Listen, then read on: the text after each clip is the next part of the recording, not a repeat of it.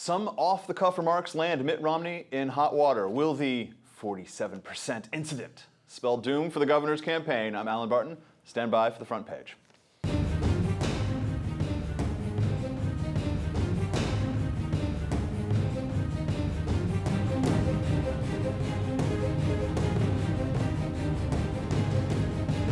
There are 47% of the people who will vote for the president no matter what.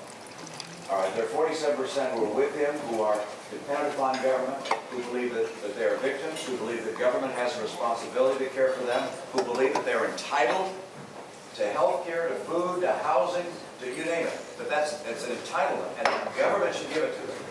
And they will vote for this president no matter what.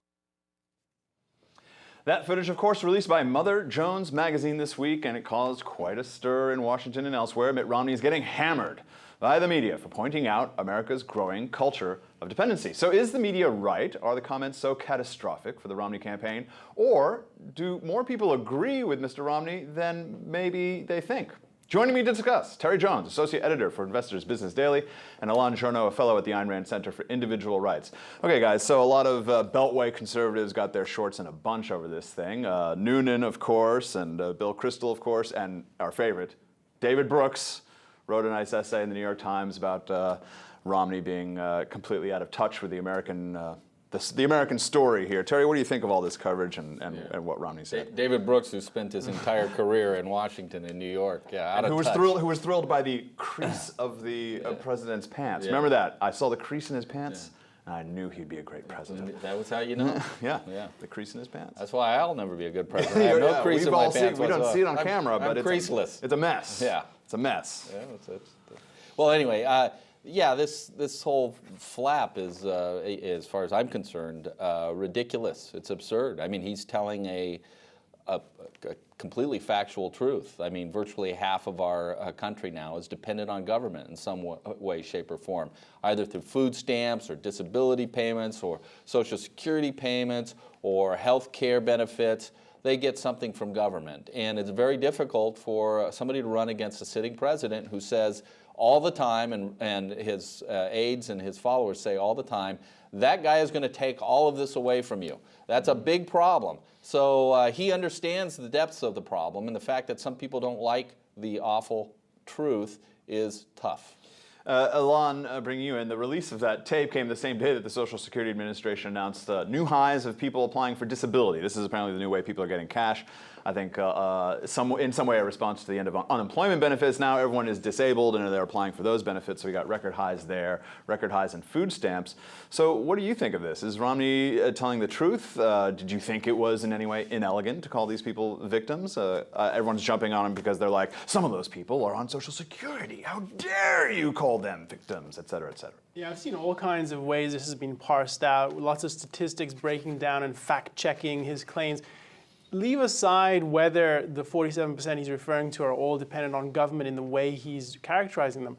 I think the fundamental problem is even for people who are not poor and not collecting something from the government, there is a mentality broader than that. Some of them are quite wealthy. Think of the public sector union teachers. They make a lot of money that on a market it's not clear they would make that kind of money.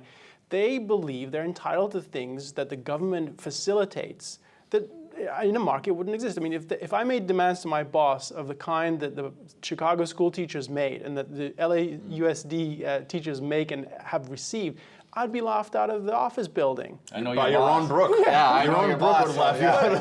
And we know how devastating that can be when Yaron turns it on. Any boss would do that if you weren't compelled to deal with a union. So you have this mentality that we see it in the unions, we see it broader than that throughout the culture of people expecting things that they have not earned or would not accept in a market. All right, well, for his part, Mitt Romney tried to rebound from this so-called damage by saying the following. Let's take a look. Well, first of all, this is a campaign about the 100%. This is a campaign about helping people who need help. And right now, the people who are poor in this country need help getting out of poverty. So what do you think in terms of how he's been handling it? In a way, Paul Ryan, I thought, had the better, clearer, more elegant philosophical statement about it. You almost wish they would have flipped on this campaign, because Ryan seems much more able to take these issues and talk about them in a philosophical, clear, consistent way. Yeah. What do you think, Romney? Is he fighting the good fight there? Yeah, he's trying to. But the fact of the matter is, I mean, even if you side with Romney, he's not going to do away with the welfare state. I mean, he might trim its sails a little bit, but let's face it, the welfare state will sail on regardless. And yeah, I would prefer to have this debate. I think it's an important debate to have. I think Americans need to look into their souls, if you will, and ask themselves, do I really want to be this dependent and this needy when it comes to federal government, large S? And if the answer is no, then they're going to have to, I think, vote differently in the next election. At the same forum, the president took the opportunity to jump on Romney for his comments. Here's what he said. When you express an attitude that half the country considers itself victims, that somehow they want to be dependent on government, my thinking is maybe you haven't gotten around a lot.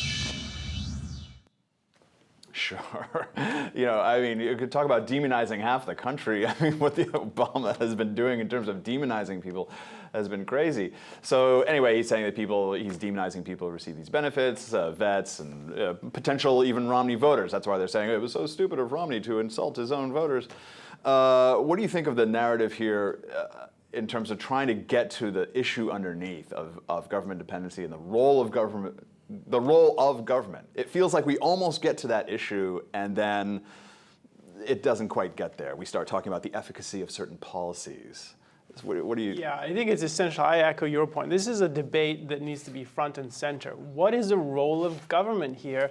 Is it our nanny giving us handouts and strokes and so on, or is it an institution for protecting our individual rights so we can act on our own judgment without this kind of paternalism and welfare schemes that inhibit people from really succeeding in their lives? All right, the president also made these somewhat revealing comments during the same interview. The most important lesson I've learned is that you can't change Washington from the inside. You can only change it from the outside. Right. That's why when he came to office and had control of Congress, both parties, both houses of Congress, he just, he couldn't get what he wanted done because he was from within. What did you think of that? That was just astounding comment. It's mind-boggling. And plus, I mean, yeah, he went on to say that's how we got healthcare done. Healthcare was done outside of Washington. You went like. You were cutting deals, unbelievable deals inside Washington. And only inside Washington. And only on one side of the political spectrum. Outside Washington, everyone hated it. I couldn't believe he was saying this stuff. No, that's insane. But he gets away with it. And I will say on UNIVISION's behalf that he appeared on their show, they questioned him far more closely than the mainstream American media do typically. But for him to say outsiders, as if he were an outsider. I mean, he came from the Senate, for God's sake. He's probably one of the best politically connected presidents of recent years. It's just astounding. And, Romney had a pretty good response. Yeah, you're right. And I'm the outsider, basically. Yeah. All right, guys, good conversation. That's all the time we have. Thanks for being here. For Terry and Alon, I'm Alan Barton. You've been watching Front Page.